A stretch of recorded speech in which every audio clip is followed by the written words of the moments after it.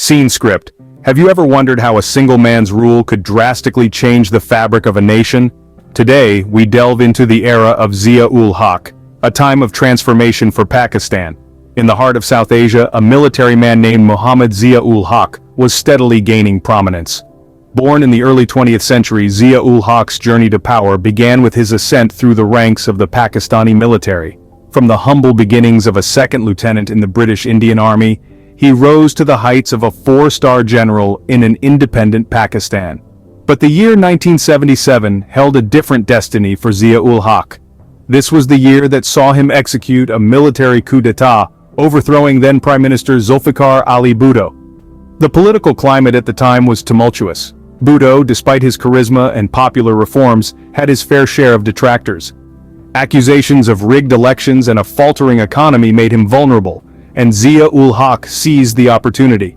On the fateful day of July 5, 1977, Zia-Ul-Haq, under the guise of Operation Fair Play, suspended the constitution and imposed martial law. Bhutto was arrested, and the country was under military rule. The coup was swift and decisive, and it marked the beginning of a new era in Pakistan's history. In the immediate aftermath of the coup, Zia-Ul-Haq promised to hold national elections within 90 days and to hand over power to the people. However, these promises were not kept. Instead, he held on to power, gradually establishing himself as the president of Pakistan and setting in motion a series of reforms that would profoundly impact the nation for years to come. The era of Zia-Ul-Haq had begun, and with it, the landscape of Pakistani politics and society was about to undergo significant transformations. From the implementation of controversial laws to the reshaping of foreign policy, Zia-Ul-Haq's rule was marked by a series of drastic changes. With Zia-Ul-Haq now in power, Pakistan was set on a path that would change its course forever. Zia-Ul-Haq's rule was characterized by a strong push towards Islamization. This period saw the introduction of several controversial laws, including the infamous Hudood Ordinance. The Islamization policy under Zia-Ul-Haq's rule was a comprehensive plan to align Pakistan's legal and societal frameworks with Islamic principles. It was a seismic shift in the country's trajectory, one that was met with both acclaim and criticism. Central to this policy was the Hudood Ordinance, a set of laws introduced in 1979. These laws covered crimes such as theft, adultery, and consumption of alcohol, prescribing harsh punishments that included stoning and amputation.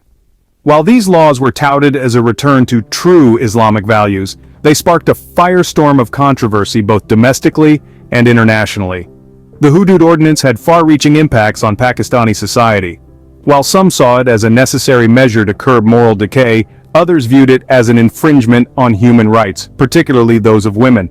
For instance, the law's handling of rape cases, where a woman needed to produce 4 male witnesses to prove her case, was widely criticized for its inherent bias and potential for misuse. The controversies didn't end there. The Hudood Ordinance was also seen as part of a broader attempt by Zia-Ul-Haq to consolidate power. By aligning himself with religious conservatives and using religion as a tool for governance, he was able to strengthen his rule, but at the cost of deepening societal divisions. The debates around the Hudood Ordinance and the broader Islamization policy continue to this day. They have shaped conversations on the role of religion in governance, the rights of women, and the nature of justice itself. Some argue that the laws have been misinterpreted or misused, while others call for their complete repeal. These reforms under Zia-Ul-Haq's rule left a lasting impression on Pakistan's legal and social fabric. They are a testament to the power of law as a tool for shaping society, and a stark reminder of the controversies that can arise when religion and politics intertwine. Beyond religion, Zia-Ul-Haq also made significant changes to the political landscape of Pakistan. The Eighth Amendment, for instance, was a major turn in the country's political history. This amendment, passed in 1985, significantly increased the powers of the president, enabling him to dissolve the National Assembly at his discretion. It also allowed the president to dismiss the prime minister and the cabinet, a provision that Zia himself used several times.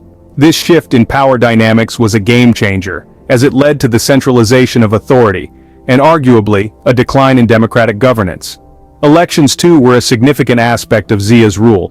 In 1985, Zia held non-party elections, a move criticized by many as an attempt to weaken the political parties and consolidate power. These elections, marked by controversies and allegations of rigging, led to a parliament largely compliant with Zia's directives. Zia's foreign policy was another area that saw significant changes. He managed to position Pakistan as a key player in the international arena, particularly during the Soviet-Afghan War.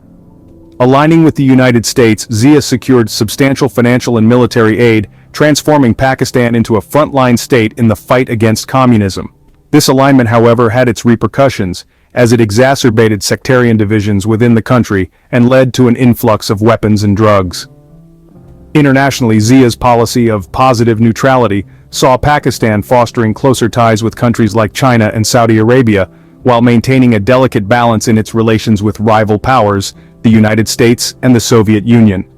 This approach helped Pakistan gain strategic and economic benefits, but also led to complex geopolitical challenges that the country continues to grapple with. In essence, Zia-Ul-Haq's political maneuvers had far-reaching effects, shaping Pakistan's domestic and international relations. His tenure, marked by controversies and significant changes, continues to influence the country's political trajectory even today. Zia-Ul-Haq's influence was not limited to politics and religion. He also made sweeping changes in the fields of education and constitutional law. Let's delve into the educational reforms first. To begin with, Zia-Ul-Haq emphasized the integration of Islamic teachings into the educational curriculum. This move was aimed at ensuring that the younger generation was deeply rooted in Islamic traditions and values. The introduction of compulsory Islamic studies in schools, colleges, and universities was a notable shift. Furthermore, Zia-Ul-Haq launched an ambitious program for the establishment of thousands of new primary schools across the country. This was a significant step towards realizing the goal of universal primary education. His government also introduced vocational training programs to equip students with practical skills for the job market. Now let's talk about the constitutional changes. One of the most significant amendments made under Zia-Ul-Haq's regime was the Eighth Amendment. This amendment granted sweeping powers to the president, such as the ability to dissolve the National Assembly and dismiss the Prime Minister. It solidified the president's position as the most powerful figure in the country's political landscape. The constitution was also revised to make the Islamic Sharia law the supreme law of the land. This move was seen as a significant departure from the secular constitution originally envisioned by the country's founders.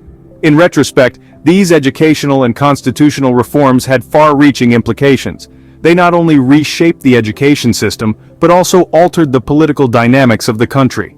The impact of these changes is still evident in the contemporary Pakistani society, reflecting the profound influence of Zia-Ul-Haq's rule. Through his reforms, Zia-Ul-Haq fundamentally altered Pakistan's educational landscape and constitution. On August 17, 1988, Zia-Ul-Haq's rule came to a sudden end. The president, along with several of his top military officials and the U.S. ambassador to Pakistan, perished in a plane crash. The nation was left in shock, and people poured onto the streets in a mixture of grief and relief. In the years since his death, Zia-Ul-Haq's legacy has been a topic of intense debate. His Islamization policies and educational reforms left a lasting imprint on the fabric of Pakistani society. His tenure saw the introduction of the Hudood Ordinance, the Eighth Amendment, and a shift in the foreign policy. All these changes continue to influence the course of the nation today. Under his rule, Pakistan underwent a significant transformation, politically, socially, and economically. His decisions, controversial as they may have been, indelibly shaped the country's trajectory. Zia-Ul-Haq's era was a time of transformation for Pakistan, the effects of which are still felt today. As we look back, we see a nation shaped by the decisions of one man.